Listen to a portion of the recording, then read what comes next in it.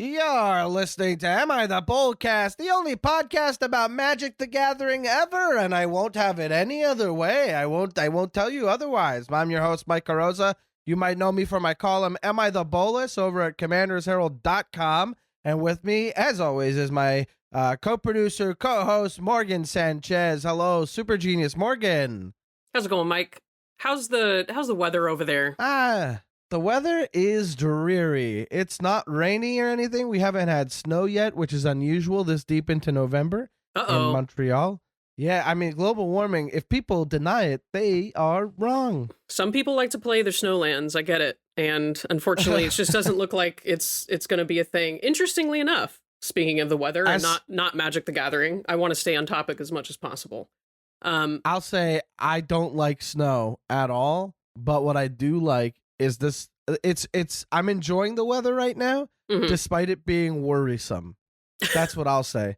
How's it out there in Chicago? What's the weather like in Chicago? I have a fun weather story, actually. This one's gonna tickle you. But we got 4 inches of snow the other day. Okay, and then guess what? Something else. That's not the end of the story. All right, it gets better. 2 hours after we got those 4 inches, it rained. Why? Yeah. Who's that? I'm not even kidding. It rained, and so guess what happened to the snow? It got icy. It's all ice. No, it's gone. All the snow's gone. It's gone? Yep. What is it? Gone. Hot rain? Yep. It was 40 degrees of rain that went on that 4 inches of snow, and we have no snow no more. It's like it never happened. I keep forgetting that it's always a split second of you going 40 degrees and me thinking, nice summer day. Yeah. Actually, Celsius. A sweltering summer's day. That's like a bad day to be outside kind of weather. Right. 40 degrees. Too high. My God. I cannot believe you guys got snow before we did. Up in Canada, Chicago's taking it. Yeah. You know? Well, not anymore. Not anymore. Now it's just not anymore. Dreary. We haven't even had like a whisper of snow. We haven't. Not even a little bit. And you know what? Part of me is like thrilled. Can't tell you enough how excited I am to not have to deal with snow. But I'm also just so terrified for the summer and the infrastructure and all the highways that get closed. Anyway, all the doom and gloom aside, Morgan, I do want to talk about a couple things with you. Yeah. I finally updated my Cardsphere stuff to include things that I want from foundations. I've included a couple jumpstart things, despite them being exorbitantly priced. Who's your big booty beach bod guy person again? Plagon Lord of the Beach. Well, I got one on the way. Shout out Gold Sabertooth. That guy's a good egg and a good pal, and he's sending one my way. He opened one with a misprint, no less, that I'm just gonna slap in the command zone. And shout out to Gold Sabertooth. And he actually participated in a CDH event and went undefeated with his Plagon deck. And so it makes me excited to know that I this might be my first step into potentially CDH, but I still build like a high-powered casual guy rather than a CDH guy. So it's an exciting card. But the one that I'm most excited about getting one after this is Rev Tithe Extractor, I believe is the full name. Rev, the one that turns all your creatures into Ragavan. It's a 4-mana mono black creature. Yeah. Whenever you attack, target attacking creature gets Death Touch. Until end of turn. And then whenever a creature you control deals combat damage to a player, exile the top card of their library. You may play that card for as long as it remains exiled, and you make a treasure, I believe. Unless it says you can only cast it until end of turn, in which case, my bad. But either way, it's so good considering I've got a bunch of decks that slap people, you know? No, it says you can play it as long as it remains exiled. Yep. I win. And it's one of the more creatures token you control. Yeah. So you get that treasure take. You get hit. Basically it's like it's like Timna in that you can slap 3 people and get 3 cards, but they're not necessarily your cards. And it's just exciting. It's only cast, right? So you can't play a land, but who cares? I think the card is dope. And I'm just waiting for a day where this is not $75 Canadian. I have it up on Cardsphere at 10.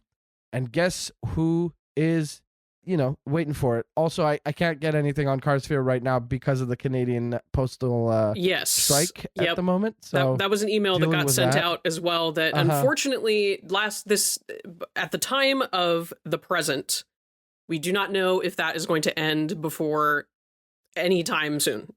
So just a small update there for anybody who is concerned about that or has not heard of it. It doesn't look like there's any kind of end in sight for it. I'm gonna be real with you. I don't expect there to be a time even projected. Mm-hmm. And as far as I'm concerned, I think that we should give the post office whatever they want. Yeah, I think it's absurd. Hell yes. It's a public service. People are like, it hasn't been profitable. It's like without them, people don't get mail. There's people some can't places buy that are stuff, guys. Yeah. Yeah. Oh, you care about the economy so much. I mean, it's like even some like Pure Later or UPS, they don't go to everywhere. You know what I mean? So you rely on the post office. And guess what? These people deserve a living wage. I don't understand this whole argument of not having a living wage. Guess what? How many jobs do I have to make things work? It's disgusting. If you think people don't deserve to just be able to live off of one job. Anyway, speaking of the cost of things, with foundations coming out, we got news for MSRP being back, which is exciting. Yes. So this was actually announced at the MagicCon Vegas panel that I was at. With everything. This was like the SpongeBob Secret Lair. This was the Final Fantasy set. This was like literally everything that's coming out in 2025. And so it was a lot. And at the very beginning, this was towards the beginning of the panel, they kind of snuck in the fact that MSRP was coming back because I feel like it was probably one of those things where everybody's like, we want MSRP, but then there's the caveat of, well, nobody's going to sell X product at MSRP, like the Final Fantasy stuff. Right. Good luck getting that at MSRP, my friend. Good luck getting it at like 1,000% over MSRP at the very least. I mean, people are nuts over their Final Fantasy. And I don't understand it. Well, just know that I will be bankrupt come June. But in terms of like the actual MSRPs, so Morgan's going to need a job at the post office. Right. If I will be participating in that strike by then, if it's still around, just to get a higher wage to be able to afford Final Fantasy product. But it's interesting because I'm looking at some of the announcement stuff for the MSRP. And so Foundations was the first set and / is the first set that is going to have MSRP. So stuff like a play booster, the MSRP that's going to be out there for 5 years at least in print, so this is all US, not the weird Canadian dollars that are not real. Yeah, the ones that are worth so much less. The play boosters MSRP is $5.25. Golly gee, my friends. Do you remember when booster packs did you ever have an equivalent of like 3 for $12? Like 3 booster packs for like $12? I mean, I guess so, but that's kind of like what the price is. What I remember is $3.99 for like old days booster packs, and then they went up to $4.99. And I was like, that tracks. It's been 12 years. So that to me is like, I guess we must have had a 3 for $12 promo for when they were $5 instead, So inflation taking everything into account. The other thing too is bundles MSRP is $49.99, which is that tracks. A pretty solid jump, around $10 from what I'm used to paying. Yeah. The Jumpstart boosters, $5.49. Not too bad. Now with Innistrad Remastered, since this is a remaster set, it's not a quote unquote mainline set. Those play boosters will be $6.99 and a collector booster will be $29.99 MSRP. Which I don't get, though, to be honest. It's a reprint set, and I guess it's like... You're paying for new art and new treatments, I guess, right? The retro... Yeah, but even then, who's it... What? Okay, let me ask this. The remastered stuff, unless we're getting high-value reprints like crazy in this, like, we know Edgar Markov has only been expensive because scarcity. It was printed, twice? And the second time it was printed Commander was product. Like some sort of... well, the first time was a Commander product, so it was only ever the head of the C-17 deck, and then I guess we wanted it to be etched foil somewhere, and we didn't get it. No, the second time it was printed was a Judge Gift promo. Oh, so not even something that people could get their hands on. So now that we can get our hands on Judge it with program. Innistrad, R.I.P. Now that we can get our hands on Edgar Markov at Mythic in a reprint set, I think that price is going to come down considerably because it's just like a card people held on to because like, well, what if I wanted to keep this to make a vampire deck? And then they realize they build it and then like, well, everybody hates this deck. And the answer he is the best vampire. Yeah, just pick a more interesting commander. Anyway, shots fired at Edgar Markov. I do love that Murders Jack at Markov Hughes, Manor. It's the same one. Yeah. I love that Jack Hughes got the like serialized commission on this. Yes. And it looks so sick. It's gorgeous. It really is. But I'll never see that in person, I don't think. So shout out to anybody who opens that. I have no idea what to expect in terms of like what's coming from Innistrad that might be something. I guess like Gitrog might see new art. I guess I didn't follow it as much, but for Ravnica Remastered, did that took from like everything Ravnica, right? So that even took from like more recent stuff, like just every Ravnica set. I think it even took like, I guess the stuff that is eligible is even things that were printed in Commander sets that were set on Ravnica, like you know Commander 16. That's dope. You know. Yeah, which is pretty cool. So I guess like you have Murders at Karlov Manor as part of it too. But like it is Murders of Markov Manor. If that's not a card in the set, they just do like the one that's not a reprint. It needs to be that, like a saga or something. I don't know. Ever? I'm trying to get a look at the Ravnica stuff, and I'm seeing if anything jumps out at me.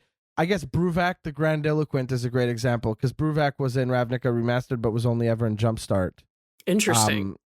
And the list, right? So like that's the kind of thing I'm talking about. Where like, you know, Fibblethip the Lost, War of the Spark was on Ravnica, so that counts, right? So you can grab from War of the Spark, and so there's a lot of sets that have potential to be in here. A lot. Right, exactly. There's so many.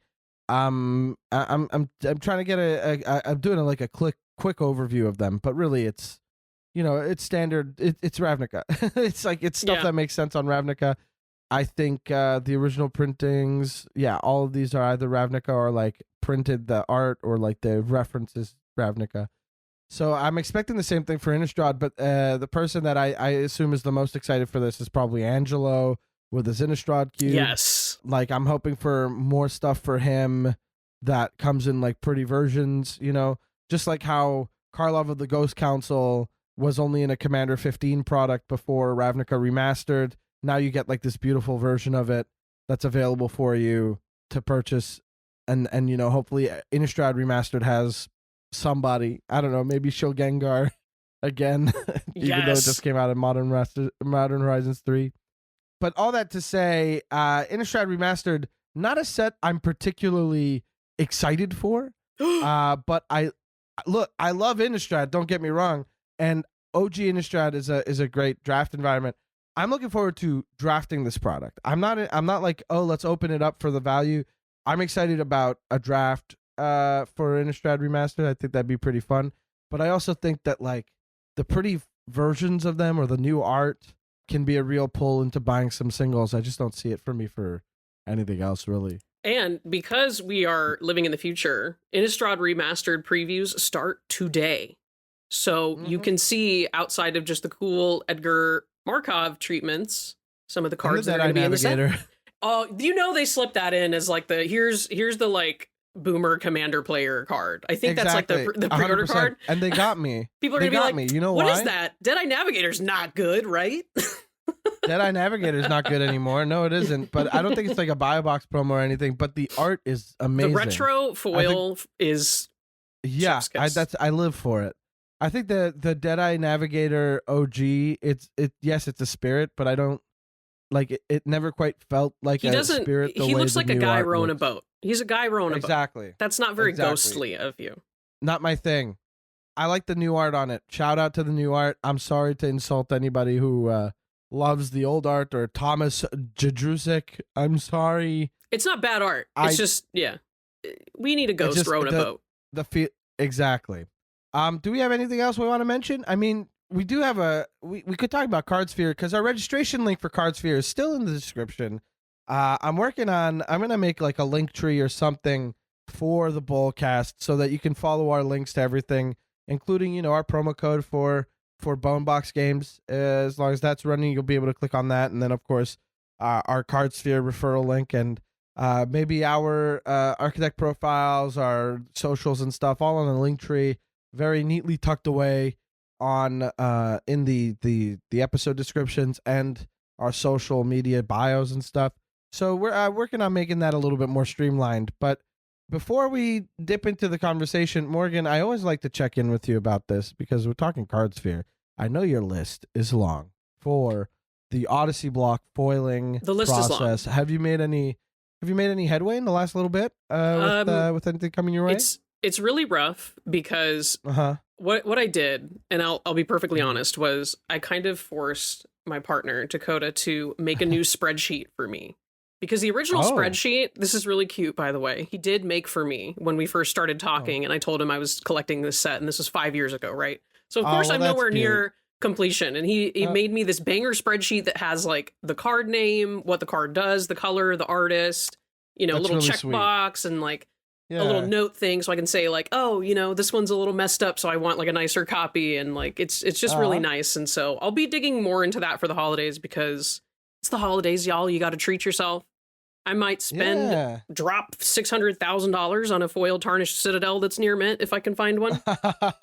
But outside of that, my most recent Cardsphere experience is just me like laying awake at 2 a.m. and adding to cart. Some of the it's add to cart and add to wants. And I recently actually sold on Cardsphere's marketplace, which is where you can put the card and like, I want 60 or 70% of the normal price. A bunch of mystery booster stuff. So I have a lot of mystery booster cards on my halves list that I'm trying to get rid of. If you want to take a look, I'll put a link to my Cardsphere account because unfortunately we don't have the name just yet. But yeah, I've added a bunch of stuff, bunch of bulk, a bunch of random foils, mystery booster stuff that might be fun for Commander or your cube. Yeah, I'll say, I don't know if you can hear me shuffling back here, but I'm looking for a card that I keep mentioning every time we talk about this. I've been going through my blue cards, and I know it's in here somewhere, but I've got that Think Tank in foil that I don't think that you have a copy of. Think Tank. I'm not... Well, do you have that one already? I'm not sure, honestly. Tough to keep track of this stuff. It's a lot. All the cephalid stuff I want anyway, even if I have it, to be honest. So I love cephalid. Yes, they got errata though, right? They're now octopus. We don't talk about that. It's really rough. We don't talk about that. We don't want to talk about it. How dare they? Why would they do that to us? Yeah. I'm so mad about it. Yeah. Sometimes you just gotta have a favorite card and a card type that you really love. And then you kind of base your whole personality over that, And then Wizards goes and ruins it because they're like, you know what? Too many people like this. Yeah. So you know what? There's sometimes you just gotta be a person who is known for loving a thing and how beautiful that can be. Speaking I do hear the phone. We should take this call because the person on the line might be known for a card or two. Let's head on over to the lines and check in with our caller.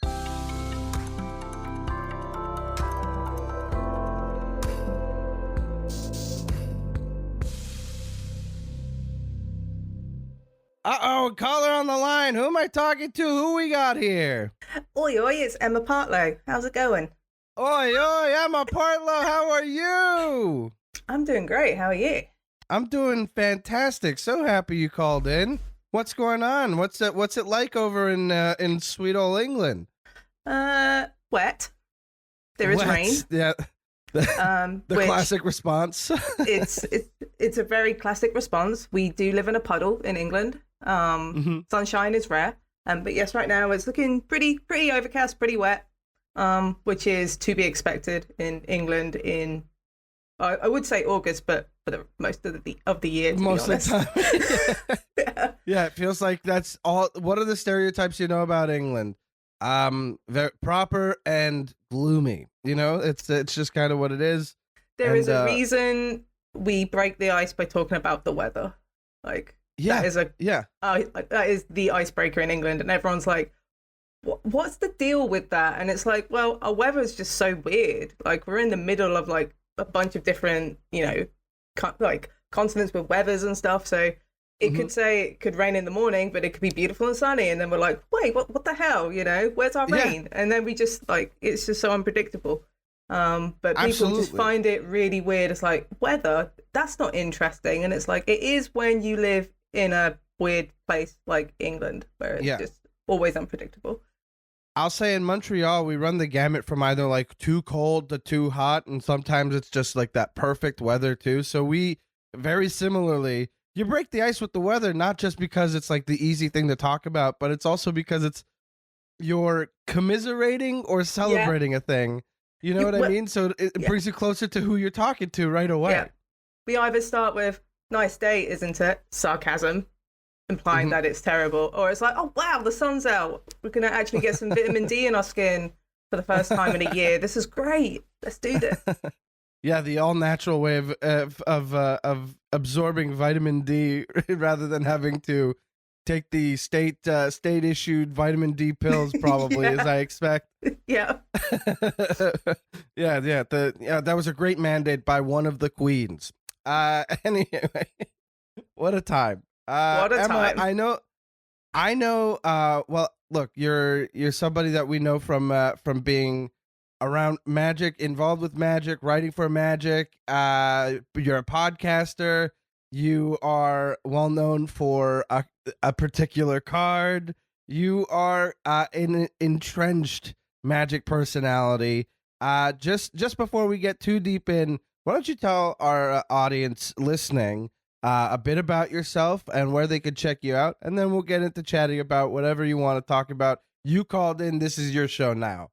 Okay, so I'm Emma Partlow. You may know me as the person that writes stuff for TCG Player. That's where most of my content is these days. Right now, I am the content editor for TCG Player, so that means I get to lead the Magic vertical. So I pitch all the ideas, I write some stuff, I have a small writing team, we write some cool, fun Magic content, and I've been doing that now for about 18 months. Before then, I was just like a freelance writer. I wrote for TCG Player at this point, but I also wrote for some other places. And I've slowly worked up the food chain to this point.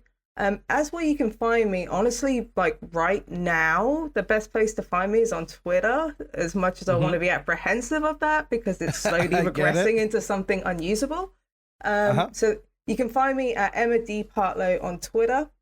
I am also on Blue Sky. I don't use that one as much just because I tend to use Twitter for work because it keeps me up to date despite how terrible it's becoming. So that's the best place to find me.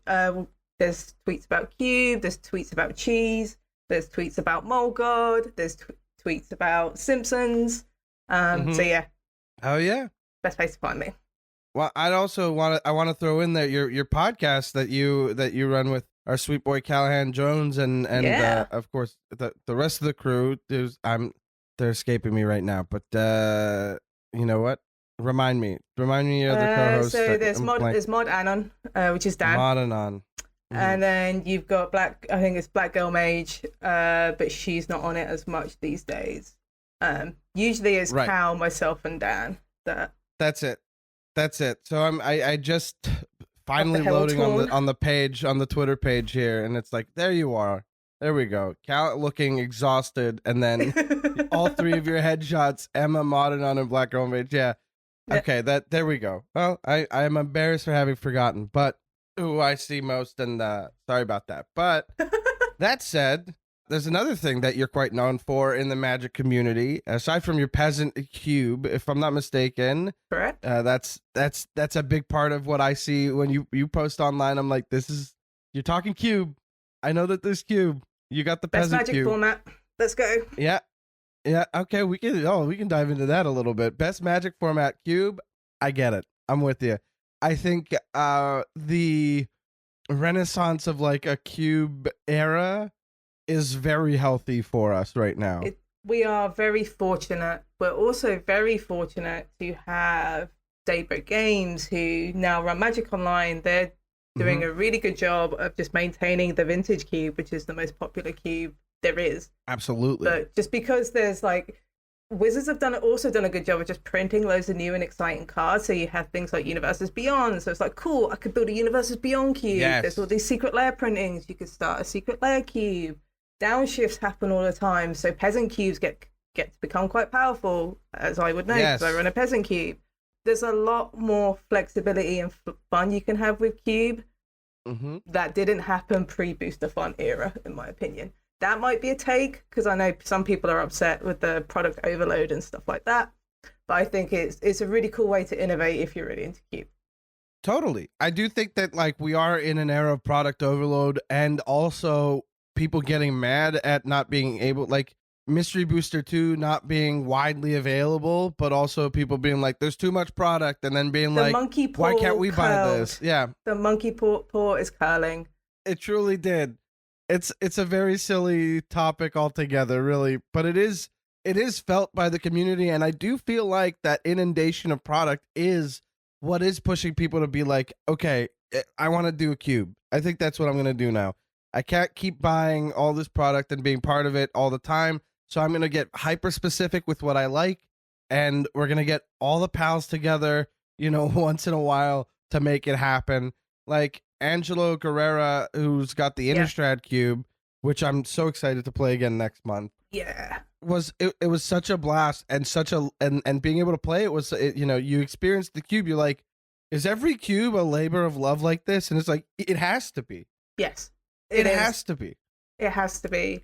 The way I kind of, do a pitch for cube. The best way I describe it is that you're building yourself a Magic the Gathering board game, but you get to choose the pieces. And snaps over here. You get to, choose what kind of cards you want, what kind of treatments, who are you looking to accommodate. And the best thing about cube is you could just build it and not upgrade it. You could just leave it alone and put it on the shelf and forget about it, and then play it in a year with your old Magic friends or something like that. It's very similar to something like a time capsule, which is what I like about Peasant Cube, because I'm planning to keep my cube if I ever leave Magic. I don't think I will, but if a point comes where I move on to something else, I will still keep my cube. And it's like, I can get my friends, we can play with these commons and uncommons, from way back when, and it brings a lot of nostalgia. So cube is pretty fun because you just get to have control over that gameplay experience, which is something that's very unique in Magic. Totally. And it's another reason why Commander's so good as well, because you get to incorporate that mindset into Commander and play it with other people. I'll say having like a solid play group has definitely pushed some of my friends into experimenting with like Rule Zero commanders. That's it. I think for me, it's just more of a like, okay, you're cooking with something. I want to see it happen. And if I lose in like the first 10 minutes, it's like, okay, great, fine. My curiosity is sated. Let's like, you know, like what like level this is, but I think we should definitely be more curious in Magic, especially in Commander, and just let people have these moments. It's rare that you're going to get pub stomped. It's just like, these two just sound silly together. Let's go. Exactly. That said, I do think that as in franchise players, like I think we gravitate towards the more novel ideas because it's something that we haven't thought about, or it's not something that we've experienced before, and that makes it something fun and new again. And that's why I had a chat with AD DeFazio a little while back, and he was talking about how his decks are like little games to kind of bring to the table on their own. And he sets himself goals for it to feel like he won, even if he's not even close, and I think that that's a philosophy I've enjoyed kind of adopting and being pretty stoked with the results of, like, hey, if I get to make like 30 clues with Teysa Karlov, the Teysa Opulent Oligarch, hey, I'm happy about that, and that'll make me feel like I won, even though I did get knocked out in, the 5 turns or whatever. Plus, you have some like flavor wins as well, right? And then you've got stuff like when you chaos warp something, or someone chaos warps you, and it's like revealing off the top, and it's like your best card, and it's like, oh my god, and it just creates that narration and that excitement. Have you ever seen a chaos warp flip the same permanent before? Yes. Isn't that the most exciting thing you can imagine? This is it. And sure, it's like, oh my god, we spent like 3 minutes shuffling up and revealing the same card. But it's like, yeah, it brought excitement, it brought narration. You're going to remember that. And I think whenever you have a game of Magic that does that, it's served its purpose. It's done the thing. And that's what we're really after. Like, we started while Emma was setting up for the call. we were just talking about, man, I love Magic. You know what I mean? Yeah. It's just so good. It's just so good. It's the best game that's ever been. That, at least I'm going to say it for myself, for sure. Yeah. I think it is. Before we dive into the meat of the podcast and chatting about your Magic pet peeves or a story where you might be the villain, where you may be the Bolas, I do want to ask you 2 questions, and you can answer them in any order you want. Okay. First question is, what is currently the deck that you're most excited about playing? Your commander deck that you're most stoked about, maybe a recent thing or something that you've rediscovered recently, and what deck is that? And then the second one is, you're known for a particular card. In fact, an unknown event card was made for you based on this card, and I get why it's so good. I love this card too, but I want to hear why you, Emma Partlow, love the card that I'm not going to tip the hat on. You're going to get to tell everybody who, you know, it's not going to be a surprise because people who listen and know you. So let's fire off with the first question. So I've got a couple of answers to this one. So the first one is Andrag the Quakemole, which is the commander deck that I'm kind of known for now. Back when Karlov Manor previews were starting, Mark Rosewater released here's some fun facts about the set on his Tumblr, you know, and here's some weird creature types. And I was like, wait, there's a mole god? Excuse me? Mole god, yeah. And I was like, I don't care how good or bad it is, I'm building this, because it just in a vacuum, it just sounds so ridiculous that you have a mole that is also a god. Like, come on. Like, in my mind, I'm like, this is fantastic. I want to build this. So I built that post Karlov Manor release, and I'm not a big rule player, to be honest. Like, I play green in Commander, but not in a Gruul smash, I'm gonna punch your face kind of way. Totally. So it was also really different for me, and I really enjoy the deck. It's a lot of fun. It wins games because it uses combat, which is something that's very underused in Commander. More people should be attacking. On a side note, that feels like a bit of it stings me as somebody who's like an aristocrats, make everything an engine. That hey, if you're winning the game, that's fine. I agree, but I also like combat lunch. is underused. I like lunch, so so yeah, Andrag the Quakemole is the one deck I've had since like February, which is when Karlov Manor came out, and it's now August, and I still love playing it. It's almost foiled out. I've just slowly like picked stuff up for it. And I did see a tweet this morning of stuff that you just got. Yeah, that's awesome. Some of it's signed as well. I'm starting to get some of it signed out. I'm gonna see if I can get an artist proof of the actual Mole God. That would be something cool to celebrate. Hell yeah. The other deck that I'm really looking forward to like playing, I'm building it slowly at the moment, is Omo from Modern Horizons 3. The Simic face commander, Queen of Vesuva. The Queen of Vesuva. Yeah, so she puts everything counters on basically everything. Yeah. Very cool design for Simic, very different, which excited me. But I'm not going to build it per the pre-con. I'm building it as... so, a quick origin story. I play a lot of Modern, and I'm a big Tron player. I love playing with Urza lands. So, Omo is going to be my Tron deck in Commander, because everything's going to turn into a Tron land. Therefore, I can play all these Eldrazi, especially the ones that just came out in Modern Horizons 3. I get to play Null Drifters and Olomogs and all this stuff, and it's going to be great. So yeah, I'm going to build that. That's going to be my modern Commander deck, if that makes sense. It's the Commander deck that I from something I play at Modern. So that's going to be really fun because I've been playing Tron since 2016 at this point. So it'd be nice. It would be nice to just have a Commander deck. It's like, yeah, this is what I play in Modern. I'm just going to throw spaghetti at you and have a good time.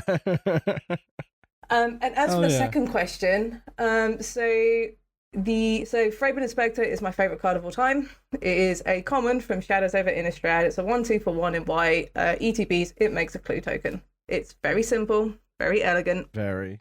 Love the scowly face on the Thraben Inspector in the art. I think that's very good as well. And it just says to me that, Magic doesn't need to be complicated to be good. Like, the card itself is just very simple and very classical in a way. It reminds me of a lot of older Magic cards that you don't really get today. And at this point, when Shadows over Innistrad was released, I was playing a lot of Standard. Azorius Monument was one of the Standard decks I played a lot at the time. It ran Thraben Inspector. Mm-hmm. So Azorius Monument was like this Azorius tempo deck. You ran the card Ketra's Monument, if you're familiar with that from Amonkhet. It's an uncommon. The one that makes cats when you cast creature spells? Yeah. And reduces cost of white creatures. That was a Standard deck at the time, but it was a very tempo flash style deck. Very reactive, which is how I like to play Magic a lot of the time. And you would play Thraben Inspector in these decks because it's a 1 mana, and you had a load of blink stuff as well, so you could blink Thraben Inspectors and make more clues and things like that, which is another way I like to enjoy playing Magic. And when you're playing at flash speed, what better way to use your mana than to not have to use it at all and then get to crack a clue? Yeah, right. This is it. Yeah. So you get it. You get it. Oh, I get it. I could never, but I get it.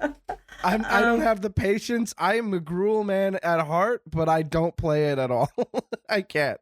Like, that's the way I like to play blue in Magic. I'm not a traditional control blue player. I find that fairly boring to me. If people enjoy playing that, good on them. Everyone should play Magic how they want to. But for me, I find it very I just don't find it exciting. But when you put it on when you put a counter spell on a 2/3 that has flash, I'm like, I'm in. Let's go. Because I like playing creatures. I want my creatures to do stuff. This is why I love Mold Drifter. Mold Drifter's another great card. I wouldn't play a Divination, but I would totally play a Mold Drifter because I can ephemerate it and get some more cards. But going back to Thraben Inspector, it's one of my favorite cards. It's a card that I play a lot. Carlisle Manor also released another version of it called Novice Inspector. Literally the same stats and the same text, just a different name. So thank you, Wizards. And MagicCon Amsterdam in June, Gavin ran an unknown event and he created the Inspector, which is my unknown card that turns all creatures into Thraben Inspectors, essentially. So you get to sack them for clues and draw cards. And it's just absolutely perfect. I need to build it for Commander at some point. I just haven't got round to it. But yeah, it's a 1 mana 1/2, a common. I'm a big part of Pauper as well, being on the Pauper format panel. So that's a very symbiotic card for me in a lot of ways. I love that. I love it. It's just so fun when somebody's got a favorite card that they become so known for. Yeah. And it just is like, even especially if it's a card like, look, Thraben Inspector is no surprise that it's this powerful. It's a card that, like, when it came out, people were like, is this for real? Okay. It's power creep much. And then now we look at it, we're like, is this still good? And you're like, yeah, it's still pretty it's a vintage good. cube, dude. It must be good. Yeah, it has to be. Yeah, and then you watch, like, anybody doing a draft online for MKM, and you're like, Novice Inspector, picking it up, like, over the rares, you're slamming it, you're like, okay. But that said, like, there's some people out there who are known for a certain commander, some people are known for, like, another card, and everybody who's got that card that's associated to them, just, like, ask them why. Ask them why, and you'll get the impassioned excitement for it, just like we got out of you. And I love that. It's very fun. It's very fun to have that card. And I keep trying to think, like, what would be my card? And I hate saying that my card is just so generic. Mine is the Phyrexian Altar, but Phyrexian Altar is also like, well, yeah, of course you like that one. You know what I mean? It's just, it's literally, that's it. And I could go on, but I don't think it's a good one. That's the thing. It's like, hey, your favorite card is exceptionally powerful. Okay. That's fine. I know people's favorite cards are like Power 9. I'm like, great. If you enjoy playing with Power, go for it. Like, I just like commons. Black Lotus. I mean, I'm more of a Time Warp girl, but yeah, I can see Lotus as well. I prefer Time Warp myself, but yeah, Time Walk gives you a little bit more mana than it's Blue Explore, so yeah, that's really what it is. That's really what it is. Yeah. Well, Emma, you called in. I'm assuming that you have something to discuss with us here at Am I The Bolcast, where you get to ask us whether or not you are the Bolas for either a story or your opinion, your pet peeve about Magic the Gathering. So I have a pet peeve. Hit me. So my biggest gripe, so this is Commander, my biggest gripe is just the duration of games, in the sense that if anything goes over 2 hours, I am just out. I'm like, can we just start a new one? And I think my biggest gripe is that there's no like nice way to say this, so this might make me the Bolas. People don't play Commander to win games, if that makes sense. And a lot of the time, people like to take game actions, and those game actions take a long time, and nothing actually happens.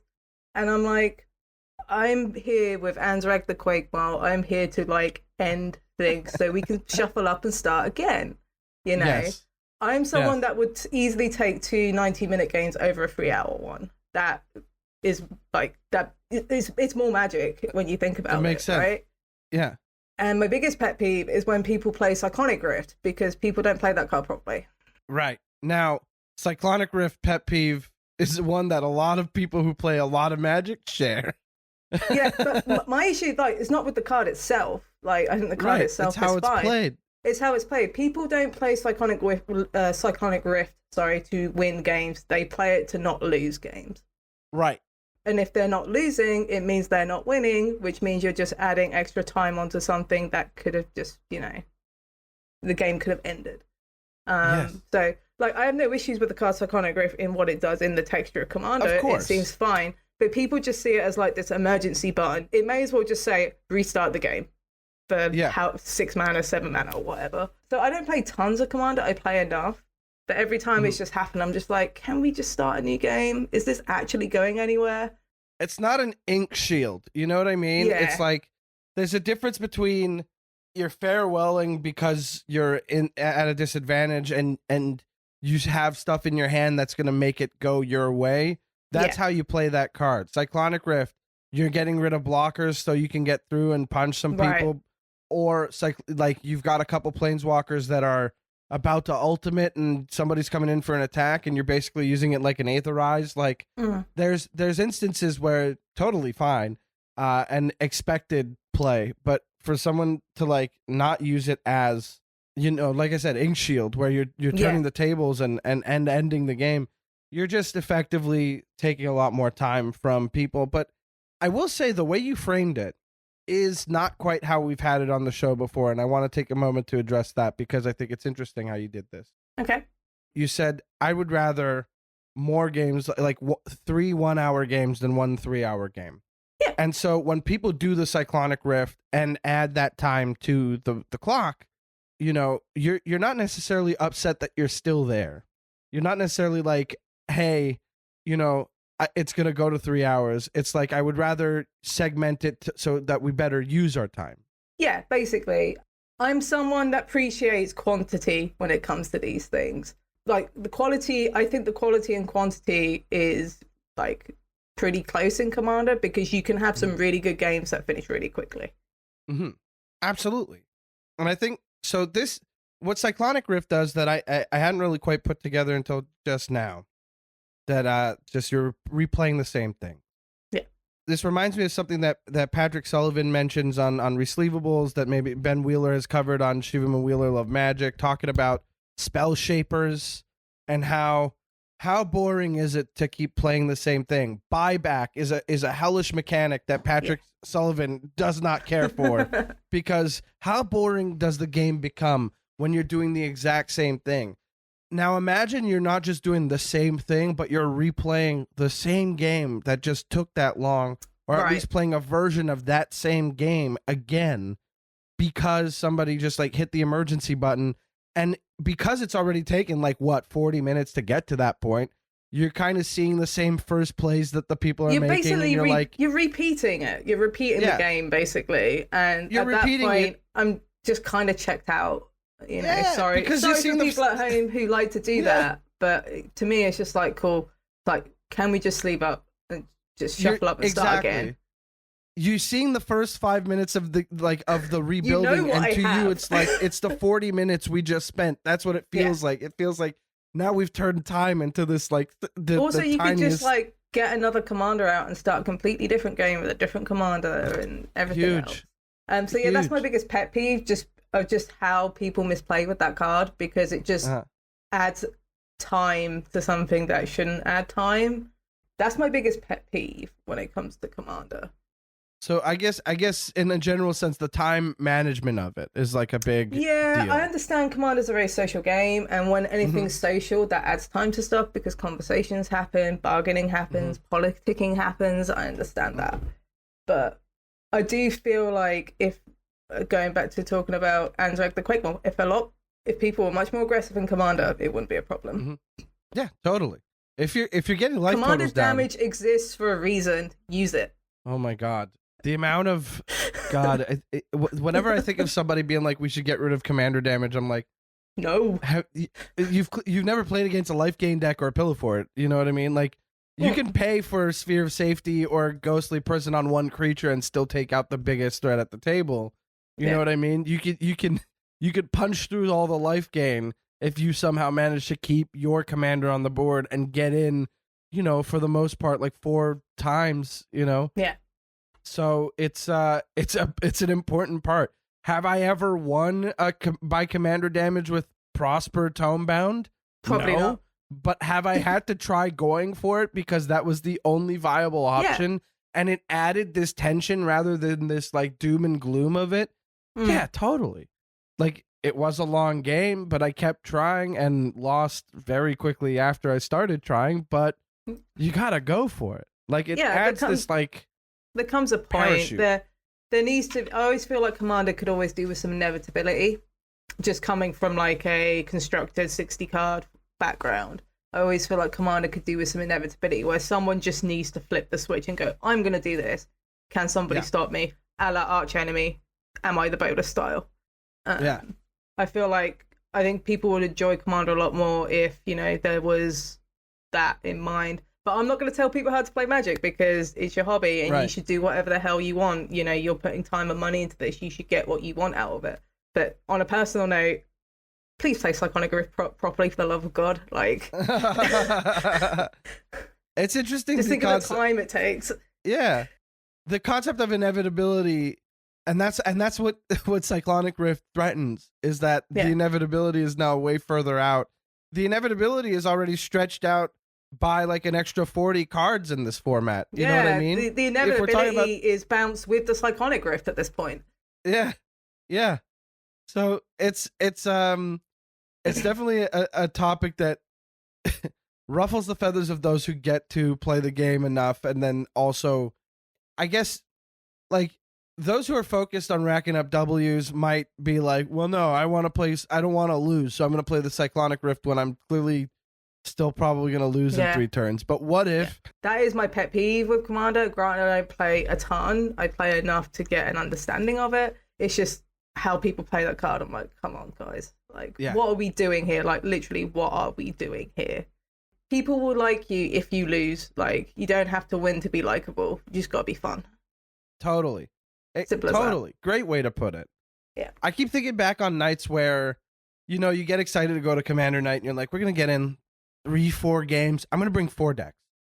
Maybe I'll get to play 3 of them. Maybe I'll get to 2 of them, but I'm going to bring 4. And there's the prospect of possibly being like, I don't know, I built this new one. That one's the first one I'm going to try. I'm going to bring Old Faithful. I'm going to bring one that I'm excited about. And then I'm going to bring the wild card. And we're going to show up to Magic Night. Okay, let's have some fun. I think we're going to have a good time. And then you sit down and the first game takes basically the whole time. And you're like, I brought 4 of these. I brought 4 of these thinking... Yeah. I'm just like, come on. As I think Rachel Weeks puts it in a good way. She says, you should bring something old, something new, and something blue when it comes to Commander Nights. And I think that's a good way of putting it. But yeah, when you're in your mind, you're like, cool, I want to try these 3 different decks. I actually played with one and it's, it wasn't what I expected. Of course you're going to get frustrated because you've already set yourself these expectations even before you started going to Command Nights with your friends. Right. I get the frustration. Oh, yeah. I mean, I think we summed it up pretty well with the Psych Rift and the time management of it, the respecting of other people, and, It's respecting people's time. We all have jobs, we all have commitments, that we may not want to do, but we have to do. So that time we do get to ourselves is quite important. And I value my time over reassembling a board 45 minutes after someone cyclifted and having closed out the game. Yeah, especially like here's a peek into my world as with my play group at home, right? I'll play games online with friends online. Yeah, a bunch.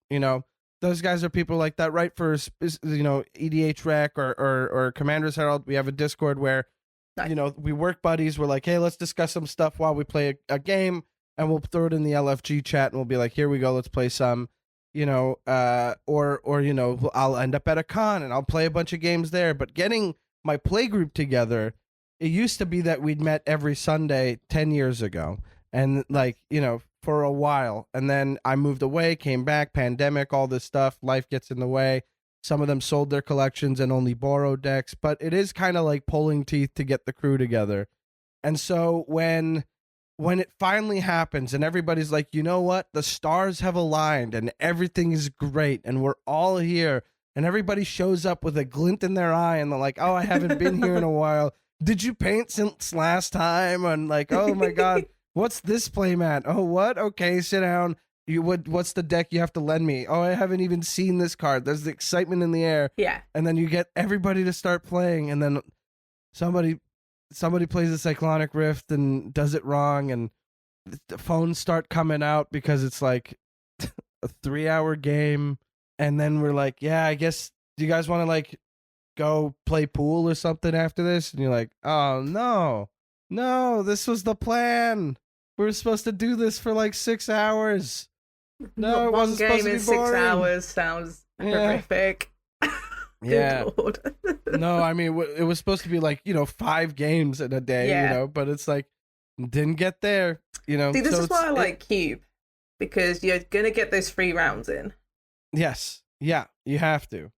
I will say something that I love about Cube, that I could do the draft part and then not play the games. That's the best and bit, I'd be fine. Honest. It really is. Drafting is the best part of Cube. Like, playing the deck is fine and sure. It's fine.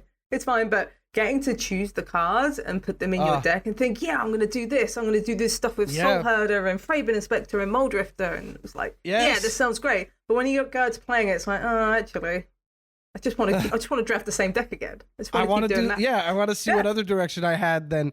It's Cube is so interesting in the way that, like, I don't draft much. I'll do a sealed for pre-release, but I watch so much drafting content. I'm always watching Kenji, Numat the Nami. I'm watching LSV. Whenever I see a new set is up, like, or he's doing Vintage Cube again. Like, let me put it on. Let me watch this. I'll do one once in a while and just be okay. I don't know this format. I jumped in too early. I just don't feel smart about it. But then I sit down for a Cube and I'm like, I don't know people. I don't think people know here that I might be a secret little genius. You know what I mean? You're like, yeah. Like, I feel so smart when I'm drafting a Cube, but then really it's like the person who put together this Cube really made all the dots connect. Yeah. The thing I love about Cube, to me, it is the peak vibes format. Like, you can play Cube and you could be like, I fancy drafting mono red today. I just want to fireblast people and, you know, beat people down with Monastery Swiss Spears. I'm in that mood today. I like lunch, so I want to play this. I want to play red. And you can do that. You can just force mono red, or you could be like, I fancy being greedy today. I want to play the most greediest mana base, 5-color pile, multi-color dot deck. I want to, you can also do that. And just because, and the thing is with Cube, like, sure, it has become competitive of late thanks to Daybreak and all these feeder leagues for Magic Con Vegas. You can just turn up and just be like, I'm in the mood to do this. And that is fine. It ignores the competitiveness. Like, sure, like 3-0ing a draft is a great feeling. I've done it a few times. It feels nice. But if you get to do that thinking, I just want to mess around and play, mono white aggro or something. I'm in a silly cheeky mood. I'm going to do this, and then you're like, I won't 3-0 anyway. That feels great. And just Cube is just a really good way of just be like, I feel like doing this. It's completely different from all the other stuff I do in Magic, and you can just And this is what I do on Twitter when I do my pack one pick ones for my vintage cube. I'm like, what is the best pick in the pack, and what's the fun pick? Fun pick implying what are you in the mood for? Because mood isn't important, because if you're playing a cube, you want to play the things that you want to play, and that's what makes it enjoyable. Again, very similar to Commander. Right. Because I'm looking at my stable of commanders and being like, I don't know if I feel any of these today. Let me go into the archives to see if I can maybe borrow a deck or something. That's also a vibe. I think cube, it's kind of like, I've never been one for meal prep personally. Like, as much as you love lunch, I love it too. But I never quite, like, I understand what meal prep is supposed to be, and I understand that it's also got an element of like suck it up, but I'm also very much a mood guy. Yeah. And if I wake up and I'm like, I'm in the mood for sushi, I'm gonna get sushi. Oh yeah, but then sushi's great. But if I was also like, I meal prepped sushi, and then I wake up, I'm like, I can't even look at a fish. You know what I mean? I'd be like, and that's the perfect thing. Like, that's how my brain was like, yeah, what Emma's saying about cube reminds me about how hungry I am.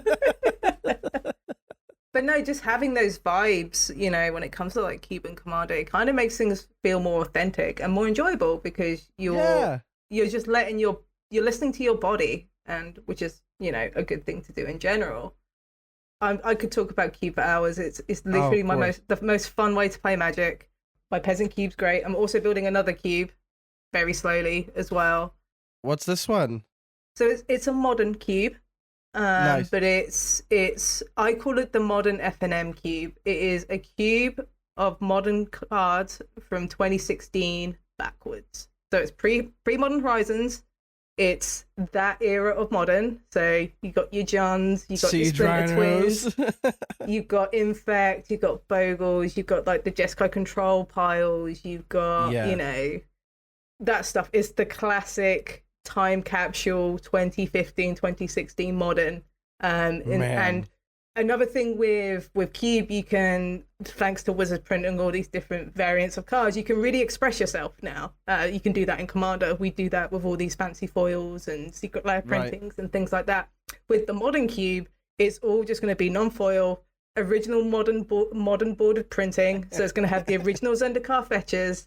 My basics are going to be original full art Zendikar, because that's what everyone had at the time when I got into Modern in 2015. The only full art lands at the time. And that it was either that or Unhinged, but I saw a lot more Zendikar than I did Unhinged. And the Shock Clans are going to be signed by Rob Alexander, because everybody had signed Rob Alexander's Shock Clans when I started as well. So that's great. It's like a love letter for Modern when I started in like playing Modern, and I just want to like capture that in a cube, which is another cool thing about cube. So yeah, that's another project I'm slowly working on, and it's just going to be old school Modern. That's very fun. That's the kind of Modern that I was too late to join the party at. Yeah. But if that Modern was still viable today, I'd be like, no, I'm cashing in. Let's get into this. I would eat up a format like that. Like I'd lose a ton, because again, not a very patient player, but I would love to dive into a pre-Modern Horizons format like this. Like, oh my God, would that be fun? Just the idea that now it is, not to get too soapboxy, man, Modern should not have been a rotatable format. I think that's a crazy. It's really scary to me to realize that Modern has a quicker rotation cadence than Standard. Yeah. And that's bad as an Eternal format. That's not good. When someone said that to me, I was like, holy moly. I'm like, wow, that is opened my eyes in a way that I didn't think was possible.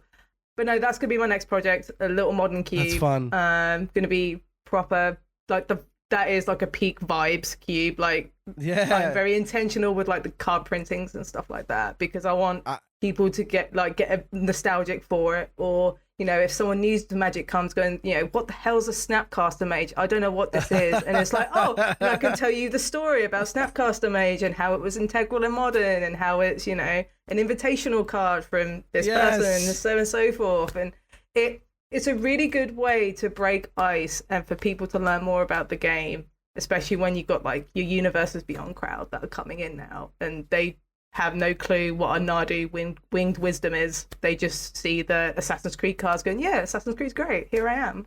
Yeah. That's fun as hell. I can't wait to see you post Pack One Pick One tweets about it, and I'm gonna be all over it. That's so fun. Well, Emma, I think that'll take us to the end of the call before we head over to see Morgan about whether or not you're the Bolas for your opinion on Cyclonic Rift and time management. But before we get out of here, Emma, once again, do you mind telling folks where they could follow you, what you want their attention to turn to, and where to go? The best place to find me is on Twitter at Emma D. Partlow. If you're interested in any reading of any of my content, I do have a link tree on my Twitter bio that has my TCG player link. It has my cube list, so if you want to look at either of my cubes, they're all there. There's the Herald Horn stuff as well, so if you want to listen to Herald Horn, which is a podcast I'm a co-host on with Cal Jones and Mod Annan, please do. It's like bi-weekly at the moment, but we're hoping for it to be weekly at some point. And that podcast is more about just general Magic news, because the schedule is brutal, and we figure it's really cool just to try and help people be on top of that. Hell yeah. Well, make sure to follow Emma on socials and listen to Herald's Horn and check out her work. It's time to check back in with the guys and gals in the booth and what they have to say about Emma's pet peeve. Let's get it.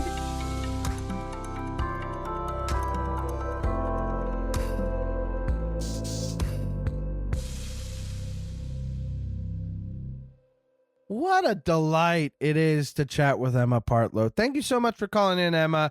Everybody, go ahead and follow Emma on Twitter and on Blue Sky. Probably prioritizing Blue Sky given the way Twitter's been going. What a champ. Check out the Herald's Horn. Any project of Emma's is a project we endorse. Please go give Emma a follow on all platforms, and a shout out to being just such a fun hang. That was a long call, and you know what? Worth every minute. So thank you again, Emma. In between the call and just now, look what I found, Morgan Sanchez. I found that think tank. That's not an octopus in that art. No, it is a cephalid, and how dare you say otherwise? Apparently I had it in a pile that I set aside of stuff to send out to people. So I just forgot that I already set it aside for you. So think tank, come into Morgan Sanchez.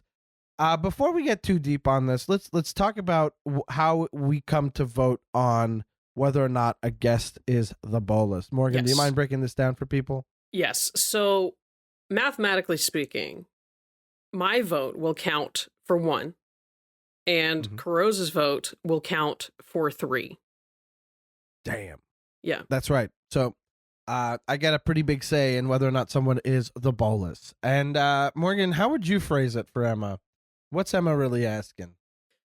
Emma Partlow wants to know, am I the Bolas for thinking that Commander players do not play to win the game? Interesting. The example used is Cyclonic Rift, right? So, Morgan, do you want to kick us off here? Do you want to have a chat with me about this? Do you want to start this off? Yeah. You know, I can kind of agree. This, as phrased by an ancient scholar, context matters in this situation. How dare you? How dare you? And really, I would say, I'm just going to go out and say, and then show my work later. I'm going to say that Emma's not the Bolas for thinking this. And the reason is because I'm 110% there with the fact that, so I just played a game of Commander 2 weeks ago at a brewery. We have like a Commander night with a local game store, met a bunch of really cool people. And I mean, the best pod mates I could ever ask for, right? Power level was great. Just a good time. It was just fantastic. But guess what? Guess how long we were playing that game? All right. And I went in there with hours? I went in there with the idea of thinking like, I'm going to get 2 games in, from 6 to 10 p.m. 2 games. Perfect, right? Ooh. I played 1 game that entire night from 6 to 10 p.m. because of Cyclonic all 4 Rift. Hours? Yes. 4 hours? 1 game. Oh my we took God, about an hour break to eat. So, I mean, it was technically a 3-hour game, give or take 3 hours with is some a long game. With some chit chatness. Right. And sure. I mean, it's one of those things that I think I've said before. If you're going to restart the game, just play another game. Just end it. Like if you don't have something to follow up the Rift and say, boom, bam, 800 damage to the face, next game, like just wrap it up or don't play it. Just keep going. This is well-trod territory because we we've talked about this pet peeve before, right? We've talked about with Angelo, with CCO Brando, with more Jason than Alt, that even Jason Alt with the farewell. We've talked about, it's come up in the column. Am I the Bolas for hating farewell? Shout out to Jason Alt. Am I the Bolas for playing mass land destruction without a plan? Shout out to the sweet angel that we talked about, Brandon, at the live show. If you haven't listened to the live show episode, I really recommend listening to Hot Pepsi Armageddon. Because what an episode that was at Commander Sealed. But all that said, this is stuff that we've discussed, right? We've talked about the idea of like, if you're playing Cyclonic Rift defensively, and you're not really, you don't have a plan to follow up and take the win, you're really saying, let's add 40 minutes to this game. Emma put it very well when she said it's an emergency button. You're not playing Cyclonic Rift to win. You're playing it so that you don't lose. Yeah, and you know what? I'm a big fan of a Cyclonic Rift to win. The places that I used to play Cyclonic Rift, and let's just say I don't play Cyclonic Rift anymore. Do I have 2 on my desk right now? Absolutely. About to list them on cardsphere.com. Straight up, Cyclonic Rift is not a card that I like playing anymore. It's the one that I don't enjoy. People groan at it all the time. But when I would play it, for the most part, I'm playing it to take the win. I've got my I took apart the deck, but I had Arome of the Dead Tide, where it's an encore deck, so I'd make sure there's no more blockers by Cyclonic Rifting and pull something out, and then it's time to take the win. It's time to go hard, So that said, it just sucks is what it is. It's like after say like an hour and a half, depending on the play group, this is kind of what we do. After like an hour and a half, we decide maybe that board wipe has cycling 1. Yeah. Maybe that's a fun way to play this, So like Dan Sheehan and I have talked about this a bunch in our friendship Discord with other pals, being like, I hate a game that's going so long because we especially are enfranchised players. Like it or not, if you're listening to this podcast, you're considered an enfranchised player. You have gone beyond just the purchase of the game and playing it. If you've bought sleeves for your cards, enfranchised player. Absolutely. Guess what? The bar is that low.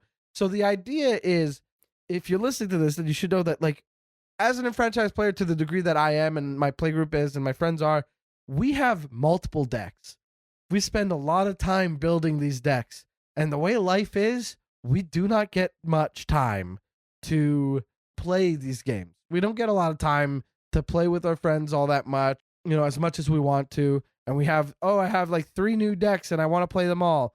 Well, I'm playing this one new deck tonight because somebody decided that playing Cyclonic Rift over and over again was a good time. Or we're in Board Wipe City and we're in hour 3. No. 90 minutes in, quit the board wipe. Somebody take the win. Let's go to another game and play another deck. This is something that we've discussed many times. However, when it comes to Emma saying Commander players don't go for the win, I get that. And I also think that I think it's fair and also it's a little spiky. It's a little prickly of a sentiment, because no matter what you do in Commander, at some point or another, you're going to win. Like if you do something that takes a lot of actions enough, you're going to win, unless that is drawing your entire library and dying to not being able to draw something from your library, right? The idea is that at some point you'll do enough. Like, I play a lot of Aristocrats decks, and if I have an 8-card combo loop that drains the table for 1 life every action I take, at some point I will win that game, right? That's how that goes. That's just how it goes. But am I playing to win? No, I'm playing for the engine to do the fun thing. That's what I enjoy. Well, that's what's tough though, is that, yeah, with the reset, and this is another thing that Emma touched on of having to reset. This was really tough for my squirrel deck, right? When we get to a point where I don't have Chitter Spitter anymore, but I have other things I can play. I can play this, I can play that. You love Chitter Spitter. No, you can't play that either. And I'm like, okay, I'm just casting like a really bad like sorcery to make 2 squirrel tokens that I can't buff, that aren't unblockable and are just 1/1s here for on turn 50. Like, it doesn't if anything, it slows it down. It's not even just a reset. It's basically like slowing it down so much, getting rid of your engine, and then being like, okay, well, I have 60, 70, whatever more cards in my deck, but God knows you're just going to be drawing lands for the next 5 turns and having nothing to play by that time, right? It's really frustrating. Here's the thing for me is that Cyclonic Rift of all of these effects is the most palatable of the effects. Yep. If I'm being real, if you play Cyclonic Rift to get rid of your opponent's stuff, even defensively, you should have enough on the board to still have an advantage that allows you to pull forward. And at least if you take it there and you move in that direction and you make some meaningful plays that take you above and beyond, and maybe you knock somebody out of the game, or you just gain some advantage. Yeah, at all. But even then, what happens is somebody's like nuked the board, rebuilt something, and then they decide, well, I'm going to attack this guy, and then that guy's got Cyclonic Rift, and then nobody's got anything, Yeah. Or like, hey, I'm playing my like Aura's token deck. I've played Heroic Intervention. Now I'm going to play Wrath of God, and I'm going to attack at all my opponents with exactly enough to kill everybody. And then nobody's got anything else on board except one guy's got 7 mana and plays Cyclonic Rift. And then, well, nothing past the turn. Okay. Past the turn. That's what happens after you play Cyclonic Rift. It's past the turn. Yeah, exactly. And so you're like, great. Thanks. Now we're starting over. Yes. So it is a matter of like how Jason put it, respecting your pal's time. You want to be able to have a good time, and if you're eliciting more eye rolls and groans than high fives and oh that's 6, you're not. It's not great. But if that's the play style you play, it is technically valid. You're like legally speaking, you can play the cards. You just might not have that many people you could play against. That's in the end. That's the thing with any of these, right? Like I can do whatever I want. Of course you can. Nobody is telling you can't do the thing. Just all we're doing is gesturing you toward the other thing that is probably better and more friendly and less. Oh my God. Yeah. Cyclonic Rift past the turn. Armageddon past the turn. You know what I mean? Like things like that. Like being proactive and having fun in a game means to do stuff. Do stuff. That's it. We're not saying you can't. We're just saying that after this game is done, I'm gonna go get a sandwich and cool down. That's what that is. It's like, oh, okay, I'm gonna need to go chill somewhere. So with all that in mind, I'm gonna go ahead and say, Emma, not the Bolas, but your phrasing is a little prickly. Little bolusy. Commander players don't play to win. Uh-oh. That's fair. I don't play to win. So not the Bolas. I play to I think the best way for people who feel like me that like winning the game is not as important, having benchmarks to hit makes the experience a lot more fun for you, and you'll feel like you walked away with a win anyway. I always bring this up because AD is what a gem.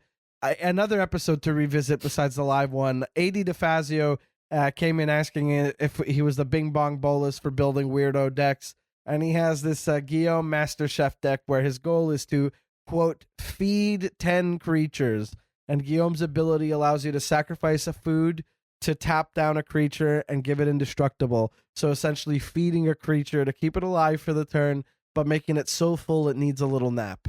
Isn't that fun flavor? Beautiful. So if you get to do that 10 times, you feel like a winner, even if you lose at like -60 life. It doesn't matter. You're a winner in another way.